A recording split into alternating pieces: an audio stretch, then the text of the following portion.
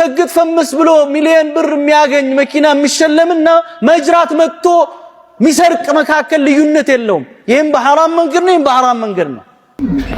ኡስታዝ አይደለህ እንዴ አንተ? ቲክቶክ ላይ ምን ትሰራለህ? ሁለተኛ ደግሞ ማለት ነው ሰግጦ መኪና ተሰጠው ምናምን አትበል። አዶናይ እስካሁን ያወጣው ወጪ ማለት ነው አንተን ዘርማን ዘርህ ይገዛል። አንተ ራሱ ማለት ነው ሰግጠሃል። አሁን እዚህ ጋር ሰግጠሃል። አይገርምህ? አዶናይ የእመቤታችንን ስም በመጥራት የተነሳ በዙሪያ የዳቢሎስ ሰራዊት ከቦሃል። ሄሎ እንደ ልጅ መከራ የሚጀምረው መቼ እንደሆነ ታውቃላችሁ? በተወለደ በሰባተኛው ቀን ጀምሮ። ሰላም ሰላም እንደምን ቆያችሁ? የተከበራችሁና የተወደዳችሁ የዩቲዩብ ቻናል ቤተሰቦቼ ኢትዮጵያውያን፣ ኤርትራውያን በአገር ውስጥም በውጭም ያላችሁ ዛሬም እንግዲህ እንደተለመደው ከአዳዲስና አነጋጋሪ ቪዲዮዎች ጋር ተመልሰን መተናል። ላይክ አድርጉ፣ ሼር አድርጉ። ለማንኛውም ግን ሼር አድርጉ ጓደኞቼ ባክ።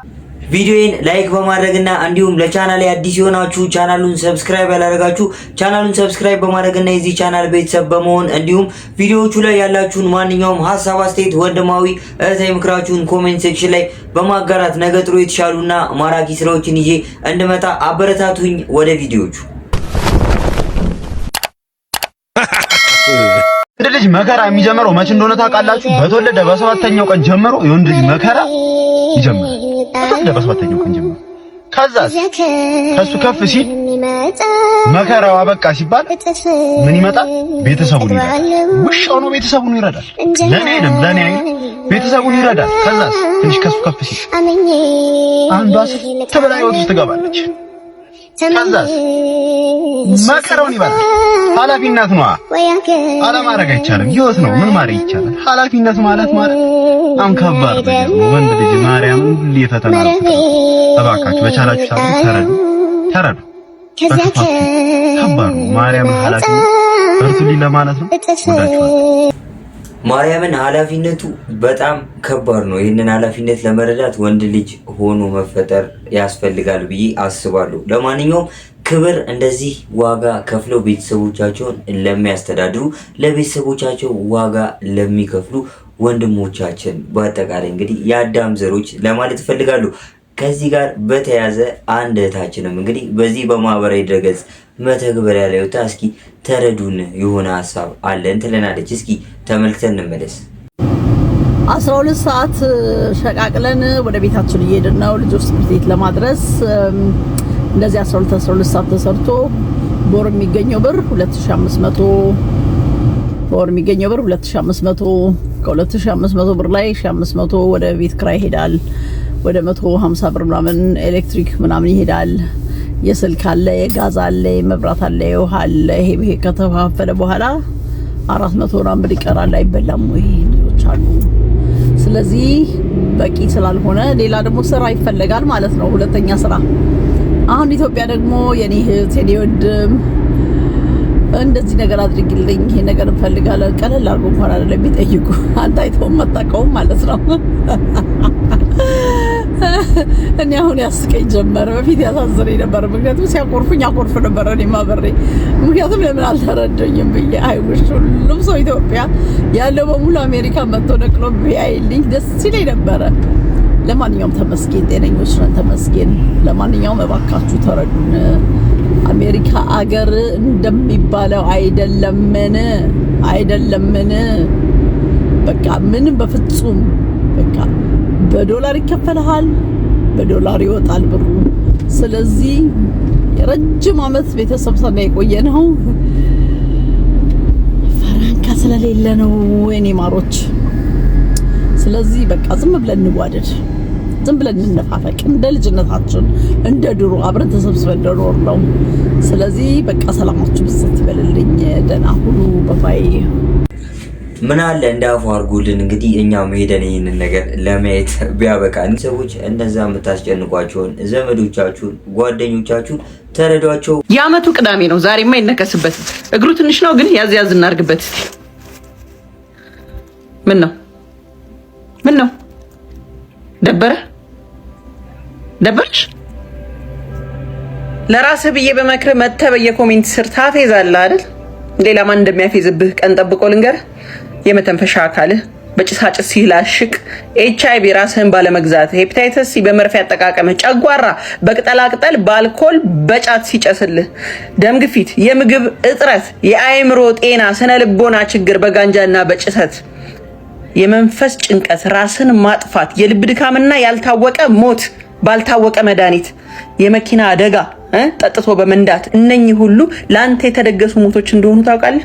የሞት ድግስ ማለት እቺን ምድር የምትወዳትን ስጋ የምትወዳትን ነፍስ ሳትኖርባት ሳታጣጥም ህይወት መልኳን ሳታይ ሞትህን እየደገስክላት እንደሆነ ታውቃለህ ወይ ነው። ሆዳደርና ሁላችንም ለራስ በልቶ ሯጭ ሆነን እንጂ በአሁኑ ሰዓት ሰው የሚጨርሰው ቤትም የሚያፈርሰው ወጣትነትን የሚቀማው ዝምተኛው ገዳይ ማልበርግ ወይስ ሱስ? ከዚህ በፊት በሰራውላችሁ ወይም ደግሞ ከዚህኛው ቪዲዮ በፊት ያለው ቪዲዮ ላይ እህታችን የተናገረችው ስለ ሱስ አንድ ቪዲዮ ይዤላችሁ መጥቼ አብዛኞቻችሁ እንደወደዳችሁት ነግራችሁኝ ነበር። ታዲያ ይሄንን አዲስ ቪዲዮ ስመለከት ድጋሚ ይዤ በመጣና ባጋራቸው ጥሩ ይሆናል ብዬ ነበር ይዤ የመጣሁት። ስለዚህ በዚህ ጉዳይ ማለትም በሱሶች አንድ ነገር ወይም ደግሞ አንድ የራሴን ሀሳብ ባክል ደስ ይለኛል እንደ አንድ ግለሰብ ማለት ነው። ሱስ ማለት ህይወታችንን ወደ ኋላ የሚስብ የኋላ ማርሽ ነውና አብዛኞቻችን ከእንደዚህ አይነት ነገሮች መጠበቅ መቻል አለብን። ምክንያቱም እኛን ተስፋ የሚያደርጉ የኛን መለወጥ ቁጭ ብለው የሚጠብቁ ቤተሰቦች አሉንና ማህበረሰቡንም ማስቀየም በአጠቃላይ እንግዲህ ከኛ ጋር ሊሄዱ የማይችሉ ነገሮች ስለሆኑ እንደዚህ አይነት ነገሮች ውስጥ አለመግባት ምናልባት እንግዲህ በተለያዩ ምክንያቶች ብንገባ እንኳን ከነዛ ነገሮች ለመውጣት መጣርና ፈጣሪያችንን መጠየቅ ይሻለናል ብዬ አስባለሁ። ቤተሰቦች እናንተስ በእንደዚህ አይነት ጉዳዮች ላይ ምን አይነት ሀሳብ አስተያየት አላችሁ? ምናልባት ካላችሁ የህይወት ልምድ ምን አይነት ነገር ተረዳችሁ ያላችሁን ሀሳብ አካፍሉኝ። ኮሜንት ሴክሽን ላይ እናወራበት እንወያይበት። ምናልባትም ሁሌ እንደምለው ለችግሮች ስናወራ መፍትሄ ስለሚገኝ ማለት ነው። ወደ ኔክስት ቪዲዮ ሰግጥ ፈምስ ብሎ ሚሊዮን ብር የሚያገኝ መኪና የሚሸለምና መጅራት መጥቶ ሚሰርቅ መካከል ልዩነት የለውም። ይሄም በሐራም መንገድ ነው፣ በሐራም መንገድ ነው። ዋሽቶ የሚያገኝም ተመሳሳይ፣ ሰርቆ የሚያገኝም ተመሳሳይ። ይሄ አቅልን ነው እየሰረቀ ያለው፣ ትውልድን ነው እየሰረቀ ያለው። ያ ምናልባት አንድ ግለሰብን እየሰረቀ ሊሆን ይችላል። ቀላል ነው እያልኩ አይደለም። ያም ሐራም ነው። ዲስትራክሽኑ ውድመቱ ግን የዚህኛው በጣም የባሰ ነው። እያንዳንዱ ቤት እያንዳንዱ ቦታ እየገባ እያወደመ ነው የሚሄድ ያለው ማለት ነው። ወዴት ነው እየሄድን ያለ ነው? መልካም ተናጋሪዎች፣ ወደ መልካም የሚጠሩ ሰዎች ፎሎወር የላቸውም። ብዙ ተከታይ ያላቸው ሶሻል ሚዲያ እነማን ናቸው? የሚሳደቡት ዋልጌዎች። በቃ የፈለከውን ቆሻሻ የዝሙት ቃል ሐራም ፈለከውን ነገር አድርግ፣ ተናገር፣ ብቻ ታወቅ፣ ገንዘብ አግኝ። ይሄ ገንዘብ እኮ ገና አላህ Subhanahu Wa Ta'ala ቂያማ ቀን መቀጣጫው ነው የሚያደርገው። እንደተመለከትነው የወጣቱ ኮንተንት ክሬተር አዶናይ መሪ ቃል የሆነችው ሰግጥ ፈምስ የምትለው አቃል እንግዲህ ብዙዎችን አሁን ላይ በጣም እያነጋገረችና አስገራሚ ይፈጠራሉ ተብሎ ያልታሰቡ ነገሮችን እንዲፈጠሩ መንስኤ የሆነች ትገኛለች። እንግዲህ እንዲህ የሃይማኖት አባቶች ድረስ ጉዳዩ ደርሶ መነጋገሪያ እስከሚሆን ማለት ነው። ለኚህ የእስልምና አባት ወይም ደግሞ ኡስታዝ አንድ የእስልምና እምነት ተከታይ ወንድማችን የሰጠው ምላሽ አለ። ነገሩ ግን በጣም ያስገረመኝ በተለያዩ ቤተ እምነት አባቶች ትኩረት እየተሰጠውና እንግዲህ ጉዳዩ እንደ ትልቅ ጉዳይ ሊታይ የሚገባው እንደሆነ እያሳየ ነው። የተለያዩ አባቶች የተለያዩ ነገሮች ብለዋል። እንግዲህ በኢትዮጵያ ኦርቶዶክስ ተዋሕዶ እምነት ተከታዩ አባቶችም የሰጡት ነገር አለ። ቪዲዮቹን ተመልክተን እንመለስና ጠቅለል አድርገን ሐሳባችንን ለመጨረስ ወይም ደግሞ ለመናገር እንሞክራለን። ወደ ቪዲዮቹ ምንድነው ልዩነቱ? ሰግጥ ፈምስ ብሎ ሚሊዮን ብር የሚያገኝ መኪና የሚሸለምና መጅራት መጥቶ ሚሰርቅ መካከል ልዩነት የለውም። ይሄም በሐራም መንገድ ነው፣ በሐራም መንገድ ነው። ዋሽቶ የሚያገኝም ተመሳሳይ፣ ሰርቆ የሚያገኝም ተመሳሳይ። ኡስታዝ አይደለህ እንዴ አንተ? ቲክቶክ ላይ ምን ትሰራለህ? ሁለተኛ ደግሞ ማለት ነው ሰግጦ መኪና ተሰጠው ምናምን አትበል። አዶናይ እስካሁን ያወጣው ወጪ ማለት ነው አንተን ዘርማን ዘርህ ይገዛል። አንተ ራሱ ማለት ነው ሰግጠሃል። አሁን እዚህ ጋር ሰግጠሃል። አይገርምህም? ኡስታዝ አይደለ? ቲክቶክ ላይ ምን ትሰራለህ? አዶናይስ እንዴት አወቅከው አንተ? ምን ልሰራ ቲክቶክ ገባ? ይፈቅዳል እስልምና ቲክቶክ መግባት? ሲቀጥል ምንም ማሰብ ማችሉ ሰዎች አላችሁ። እንድታስቡና ጭንቅላታችሁ በደንብ እንዲሰራ እና ሰው እንድትሆኑ ፓስተር ቸሬ ብላችሁ ግቡና ቲክቶክ ላይ የፓስተር ቸሬን ምክር ስሙ። ካልተመቻችሁ ማለት ነው ፓስተር ቸሬ አልተመቸኝም ሚል ሰው ካለ እዚህ ምድር ላይ በቃ ባክዋርድነስ ነው ያ ሰው። ወላሂ ነው ምላችሁ።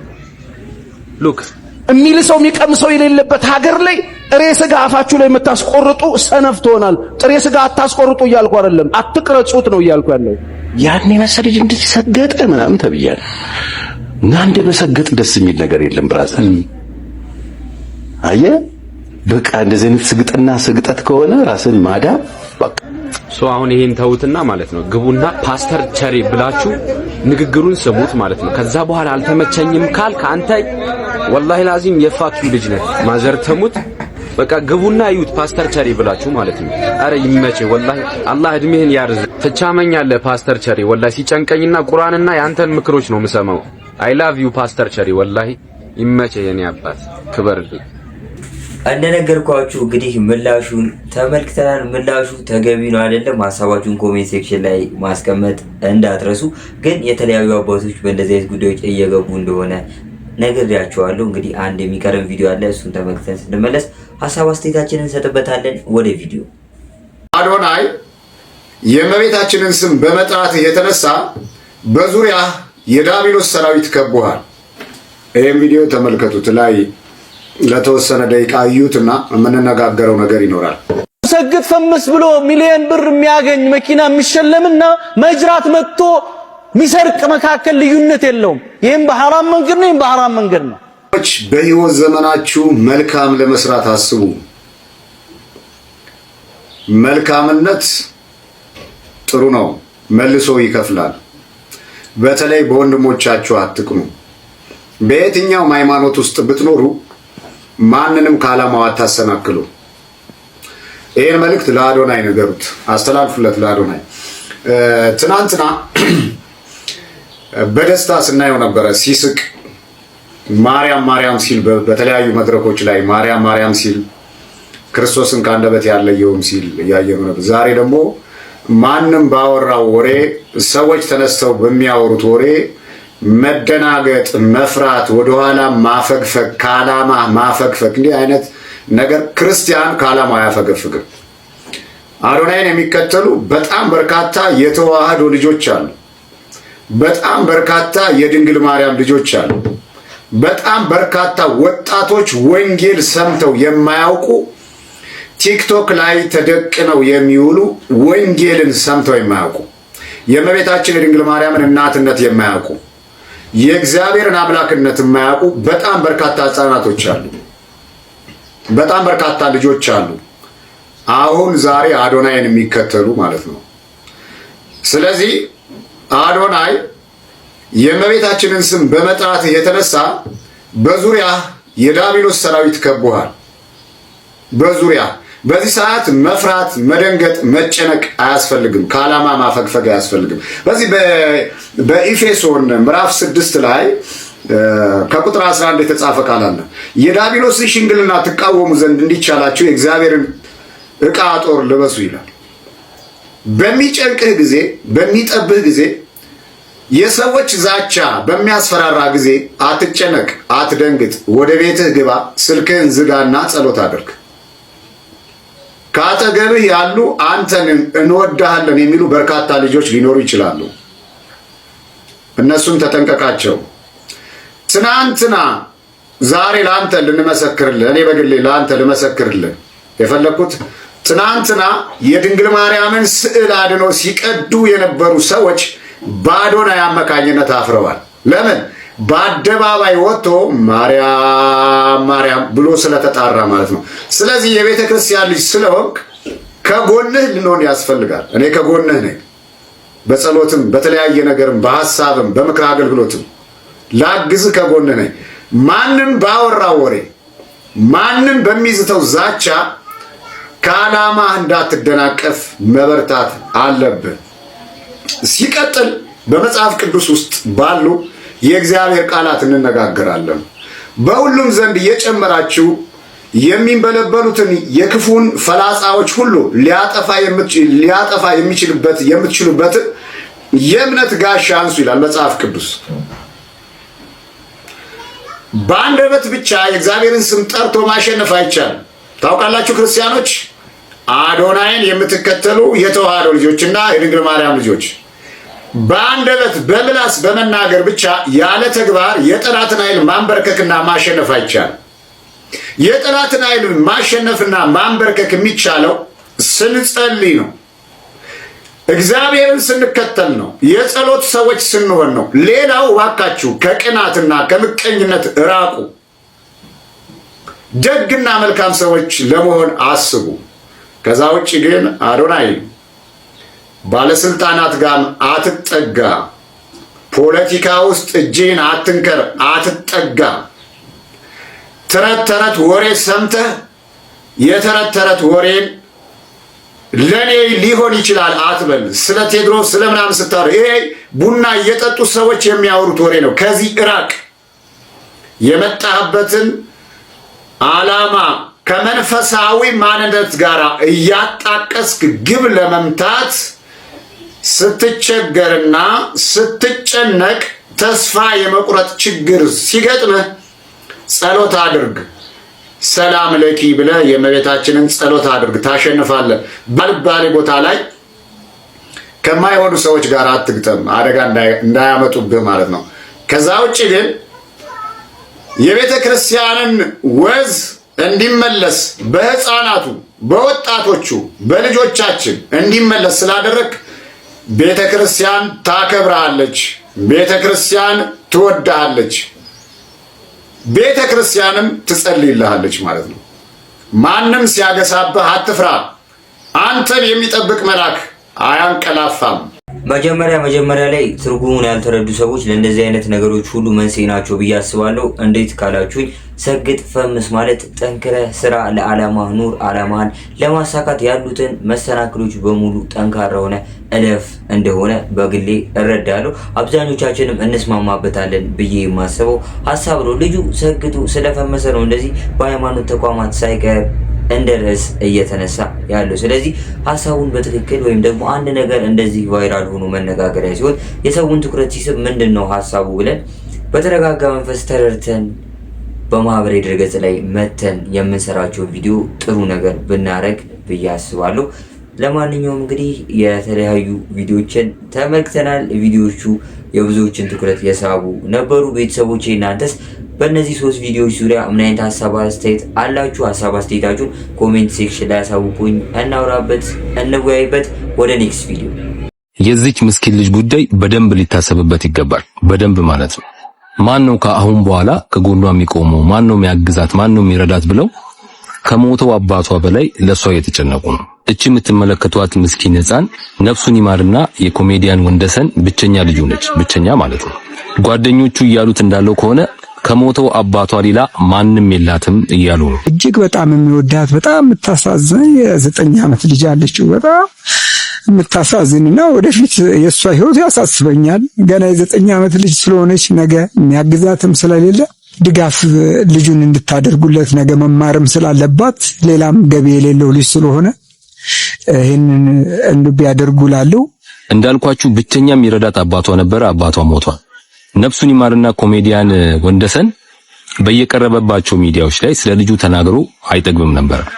በቃ አሁን ደግሞ እንዴት ታጓጓለች መሰለ። በስማ በቃ የኔ ናት፣ በቃ እንደ ልቤ ናት። በቃ የሆነ ተጨንቀህም ተናደህም ተደብረህም ቤትም ቢገብረው ውጭ ቢረም በሷ በቃ ፋን ምላ ተከተላለሁ። በቃ የምታወራኝ ነገሮች እንደዋቂ የምታማክረኝ ነገሮች በጣም ደስ ይለኝና በቃ ሪፍሬሽ አደርጋለሁ በህይወቴ። በቃ ምንም እዚህ ጋር ቢሊየነር መሆን ጉዳይ አይደለም። በሷ የምደሰተው ነው ያል በምንም አልደሰት። የእናቴ ምትክ ናት።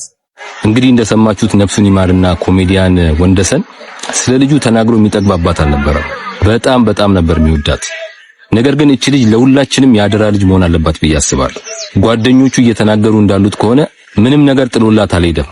ምክንያቱም የአርት ስራ እንደምታውቁት ብዙ ጊዜ ሰው ይዝናናበታል፣ ሰው ይደሰትበታል። ነገር ግን አርቱ ላይ ያሉ ሰዎች ብዙም ለህይወታቸው የሚሆን ነገር አያገኙም ብዙ ጊዜ ማለት ነው። ስለዚህ እቺ ልጅ እንደ ጓደኞቹ ገለጻ ከሆነ የሚረዳት የሚያግዛት እሱ ብቻ ነበር። ነገር ግን እኛ ከተባበርን የዚች ልጅ ጉዳይ ለኛ ይከብዳል ብዬ አላስብም። እና ከዚህ ልጅ ጋር በተገናኘ የሙያ አጋሩ የሆናችሁ ጓደኞቹ አርቲስቶች ማለት ነው ትልቁን ሮል ልትወጡ ይገባል ብዬ አስባለሁ። በእርግጥ ኃላፊነቱን ለእናንተ ብቻ ነው ያልኩ ሳይሆን እናንተ ፈርቀዳጅ ሆናችሁ ህዝቡንም ባሳተፈ መንገድ አድርገን ለዚች ልጅ ከጎኗ መቆም አለብን ብዬ አስባለሁ። እባካችሁ ይህንን ቪዲዮ አድርሱልኝ። መጀመሪያ ላይ ፈጣሪያችን እንግዲህ እንደዚህ አይነት ሐሳቦችን ወይም ደግሞ ጅምር ነገሮችን ሳንጨርሳቸው ህይወታችን ፍጻሜ እንዳያገኝ ወይም ደግሞ ያሰብነውን ነገር አሳክተን ቢያንስ ከዚህ ዓለም እንድናልፍ ይርዳን። የዚህ የኮሜዲያኑ ልጅ ጉዳይ በዚህ በማህበራዊ ድረገጽ መተግበሪያ የብዙዎችን ልብ የሰበረ ነው። እንደተመለከትነው በቪዲዮ እንዴት እንዳዘነች አይተናል። እውነት ነው፣ ያሳዝናል። ታዲያ ሁላችንም ይህ ወንድማችን ያነሳነው ሐሳብን ብንደግፍ ጥሩ ነው። ለልጅቷ መድረስ እንችላለን። እንግዲህ የእሱንም ነፍስ ማስደሰት እንችላለን። በአጠቃላይ እንግዲህ የኮሜዲያኑ ህልፈተ ህይወት ብዙዎችን ያሳዘነ ነበር። ለኮሜዲያኑ ነፍስ እንግዲህ አጸደ ገነት እንድታርፍ ፈጣሪ ይርዳው እያለን እንግዲህ መልካም ምኞታችንን እንገልጻለን። በእኔና በቻናሌ ስም ላዘኑት እንግዲህ ለምናውቃቸው ታዋቂ አርቲስቶች፣ ለወዳጅ ለዘመዶች፣ ለቤተሰቦቹ መጽናናትን ይስጥልን። ወደ ኔክስት ቪዲዮ። ጆሲ የሚባለው ጓደኛን ብዙ ጊዜ ላይፍ ላይ ያልተገቡ ንግግሮች ትናገረዋለን። ዛሬ ጆሲ እንዳንተ አይደለም እንቅስቃሴው ቲክታክ ላይ እኔ ታዘባቸዋለሁ። በጣም ነው የምታዘባቸው። ማልታዘባችሁ እንዳይመስላችሁ። አንተ ብቻ ሻይን፣ አንተ ብቻ ትክክል፣ አንተ ብቻ ተወዳጅ እንድትሆን እንጂ የምትፈልገው በዙሪያ ያሉ ሰዎች እንዲወጡ አትፈልግም። እና በጣም ብዙ ጊዜ እየመጣ የምታወራው ነገር ውሸት እንደሆነ ስለማውቅ እናደዳለሁ። እኔ በጣም ነው የምናደድብክ፣ በጣም ማለት ነው። ትናንትም ፍርድ ቤት አልመጣህም፣ ዛሬ ፍርድ ቤት አልመጣህም። እንደውም ዛሬ እመጣለሁ ብላ ነበራ እንዳትመጣ አሉክ አይደለ? ተዋልክ። እና ለምንድን ነው ላይ ከዛም ጌታ ምስክሬ ኢየሱስን ጌታ ይመስክሬ እኔ እንደዚህ ምናምን ብለህ አክት ትሰራለህ። ጥሩ ነው ግን አይከብድም? ለምንድን ነው አስመሳይ የምትሆኑት? ለምንድን ነው በአንዱ ስኬት አንዱ የማይደሰተው? ለምንድን ነው የአንዱ የሆነ ማግኘት አንተ አሁን ፈመስ ካርለ ለምን በዙሪያ እስኪ ልጠይቅክ ነው ፎንቴ በአንተ ስር ሰዎች ዘመተ አፈምሳል እንዲሰሩ አድርጋል። ላይክ እንደ ጆን ዳንኤል እንደ አዶናይ አድርጋል? አላደረግም። ተወሱን ጓደኞችን ይዘ ወጣ አልወጣ። ግን ብዙ ጊዜ ላይቭ ላይ ትመጣና ውሸት ትናገራለህ፣ ታስመስላለህ። ያናደኛል። እኔ ደግሞ እንደዚህ አይነት ሰው አልወድም። እንደዛ አትመስለኝም ነበር። ሞሪ ተናደርኩብህ ደግሞ የቲክቶክ አዋርድ ተሸልሞ ጆዬ ጋር ሂጅ አልሄድክም። በስመ አብ ወወልድ ወመንፈስ ቅዱስ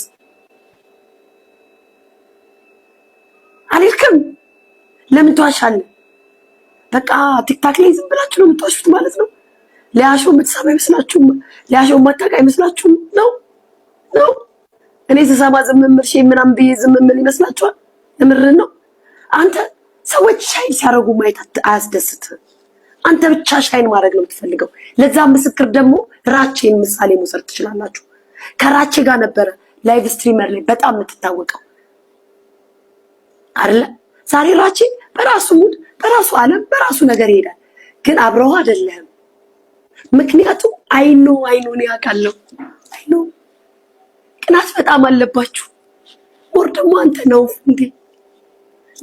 ሞር አንተ ጆሲን በጣም ነው የምትነቀው ሲያወራ ምናምን ላይቭ ላይ ሰዎች ኖቲስ ላያረጉ ይችላሉ። እኔ ግን በጣም ነው ኖቲስ የማደርገው። በጣም ማለት ነው። ለምን አሁንም ድረስ የጆን ዳንኤል መፈታት ዜና ከሰማንበት ጊዜ ጀምሮ በዚህ በናሆም ፎንቲ በተባለው ወጣት ኮንተንት ክሬተር ላይ የተለያዩ ሰዎች እየተነሱበት ይገኛሉ። እንግዲህ ወጣቱ ኮንተንት ክሬተር የተለያዩ ምላሾችን ቢሰጥም ግን አሁን ላይ በተለያዩ የሶሻል ሚዲያ ፕላትፎርሞች ላይ እንደዚህ አይነት ነገሮች አሉ። ቤተሰቦች እናንተስ ይህን ጉዳይ ከምን አንፃር ተመለከታችሁት? ሀሳብ አስተያየታችሁን ኮሜንት ሴክሽን ላይ ብታጋሩኝ ደስ ይለኛል። ወደ ኔክስት ቪዲዮ። ሄሎ። አዎ ነቅቷል። አዎ እግዚአብሔር የተመሰገነ ይሁን። አዎ እንግዲህ ያው ዶክተሩም የሚሉኝ በሂደት ይነቃል ነው። ግን እንግዲህ ጸልዩለት እስኪ። አዎ ተጨንቀዋል አድናቂዎቹ። በጣም እግዚአብሔር አድኖታል። እውነት ግን የት ነው ያለሁት? ኢትዮጵያ ውስጥ ነው። ማንዴላ ሐኪሞች እንደተሻለ ነግረውኛል። ዶክተር ኧረ ምን ተሻለ? የቃሽ ነገር ነው። ካላስቸገርኩ ባለቤቱ ውጭ ነው ያለችውና እንደው መንቃቱን ቢያንስ ተይ እንዴ። ጠርቻ ልምጣ ወይ?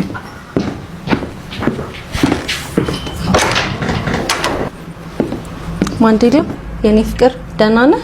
ተሻለ? አባዬ እንዴት ነህ? ባለቤቱንም ማወቅ አልቻለም ዶክተር። ካለን ቅርበት አንጻር ወይ ደግሞ ሊያቀኝ ስለሚችል እንደው እንኳን እግዚአብሔር ማረህ ልበለው እንዴ? አናግረው። ቆይ አሁን ታየዋለህ።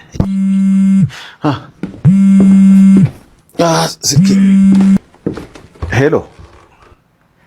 አዎ ነቅቷል። ሌላኛው የብዙዎቻችንን ትኩረት የሳበ ብዙዎቻችንን ያስደነገጠው የትላንትናው የሰይፉ ቪዲዮ እና የማንዴላ ቪዲዮ ነበር። እንግዲህ የቪዲዮን ሀሳብ በአጠቃላይ ጠቅለል አድርጌ ስነግራችሁ ይህ ቪዲዮ ምንም አይነት ማንዴላ ላይ ደረሰ አስደንጋጭም አደጋም እንግዲህ ድንገተኛ ህመም የለም። ሰይፉ በሚገርም መልኩ የብዙዎችን ትኩረት የሳበ ድንቅ ስራ የሰራበት የማስታወቂያ ስራ ነው። ቤተሰቦች ለዛሬ ይዤላችሁ የመጣኋቸው ቪዲዮዎች እነዚህ ይመስሉ ነበረ። ቪዲዮቹን እንደወደዳችኋቸው አልጠራጠርም። ቪዲዮዬን ላይክ በማድረግ ሁሌም እንደምለው እንግዲህ ለቻናሌ አዲስ ሆናችሁና ቻናሌን ሰብስክራይብ ያላደረጋችሁ ቻናሌን ሰብስክራይብ በማድረግና የዚህ ምርጥ ቻናል ቤተሰብ በመሆን እንዲሁም ቪዲዮቹ ላይ ያላችሁን ማንኛውም ሀሳብ፣ አስተያየት፣ ወንድማዊ እህታዊ ምክራችሁን ኮሜንት ሴክሽን ላይ በማጋራት ነገ ጥሩ የተሻሉና ማራኪ ስራዎችን ይዤ እንድመጣ አበረታቱኝ። በቀጣይ ባሪፍና ማራኪ ስራዎች እስከምንገናኝ መልካም ጊዜ። ለነበረን ቆይታ በጣም አመሰግናለሁ። ይመቻችሁ።